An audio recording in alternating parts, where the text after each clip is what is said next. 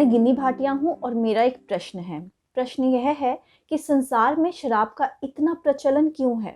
दुनिया में जहाँ देखो वहाँ शराब की धूम मची है। दुनिया इसके पीछे इतनी दीवानी क्यों है? मन के सवाल में आज जो प्रश्न पूछा गया है वह है कि दुनिया में शराब का इतना प्रचलन क्यों है, क्यों दुनिया इतनी शराब पीती है।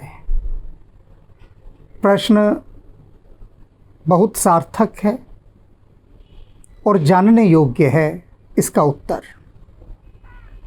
जब तक यह उत्तर नहीं जाना जाएगा कि क्यों मनुष्यों में शराब का इतना प्रचलन है, तब तक उसके जो गूढ़ रहस्य हैं उनसे भी परिचय नहीं होगा।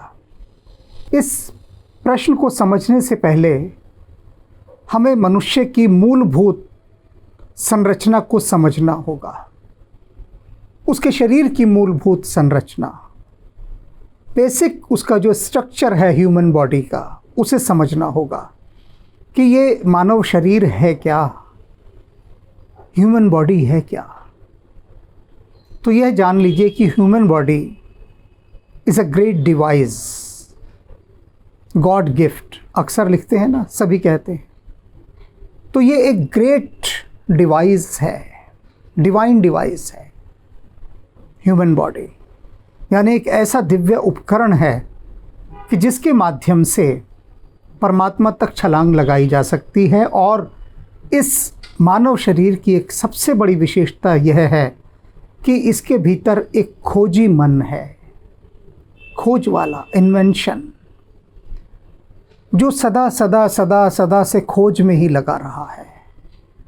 और खोज के परिणाम आप देख लीजिए। मनुष्य है क्या?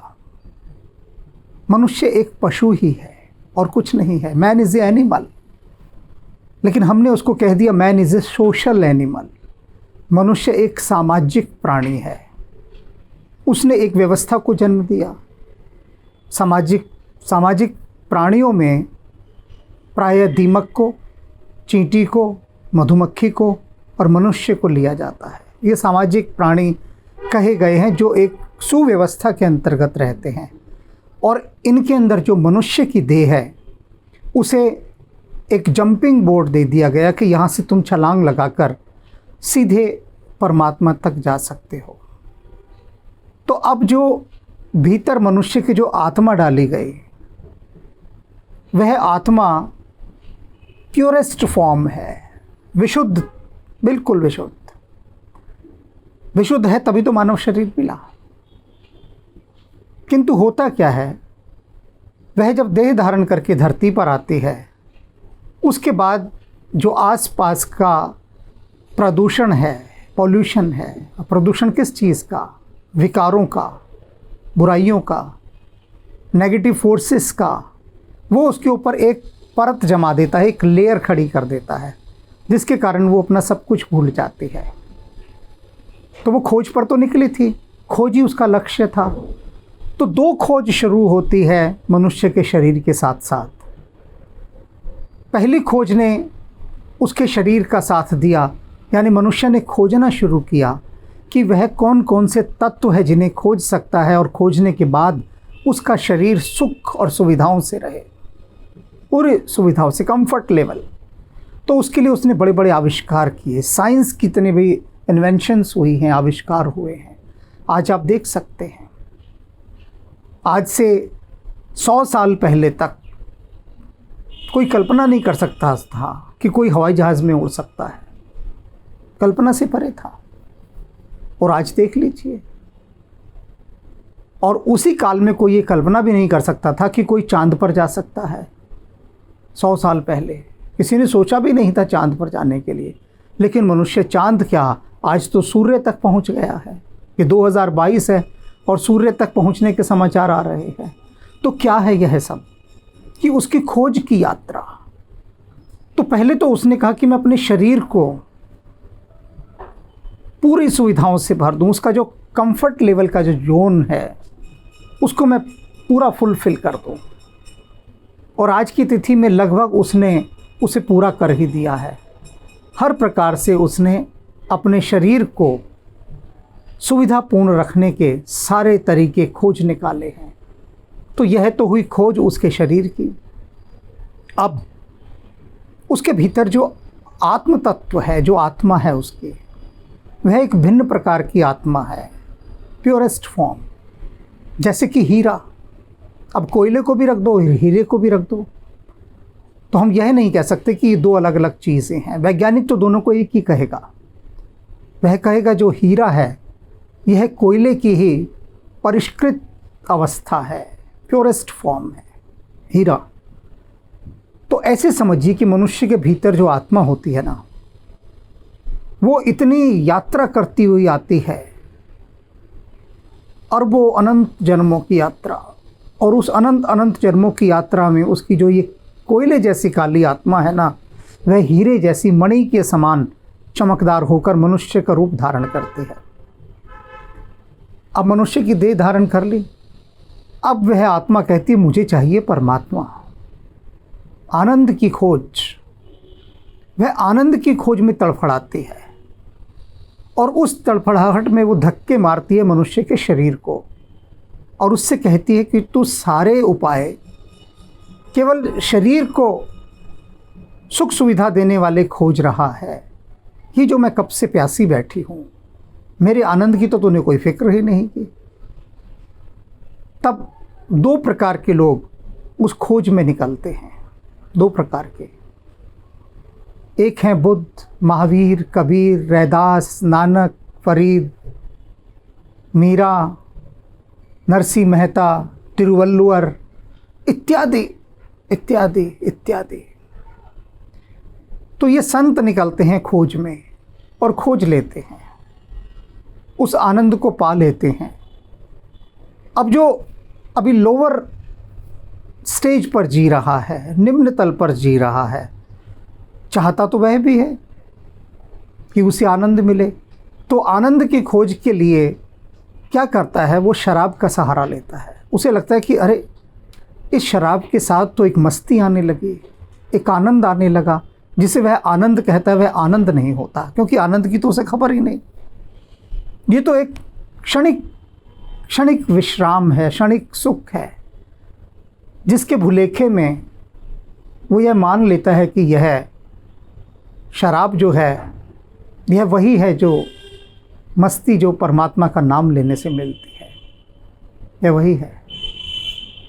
ये उसकी भूल उसे भटकाती रहती है। चाहत तो भीतर नशे की है, उस आत्मा को चाहती तो वह नशा है, लेकिन कौन सा नशा? श्रीमद्। आपने सुना होगा ना, कितनी बार लोग कहते हैं हम तो श्रीमद् भागवत की कथा करा रहे हैं। तो ये श्रीमद् क्या है? सबसे श्रेष्ठ नशा श्रीमद्। मद कहते हैं नशे को, श्री माने सर्वोत्तम, सबसे उत्तम नशा। कबीर साहब कहते हैं ना, पीवत रामरस लगी खुमारी। अनेक संतों ने परमात्मा के नाम की तुलना शराब के साथ की है।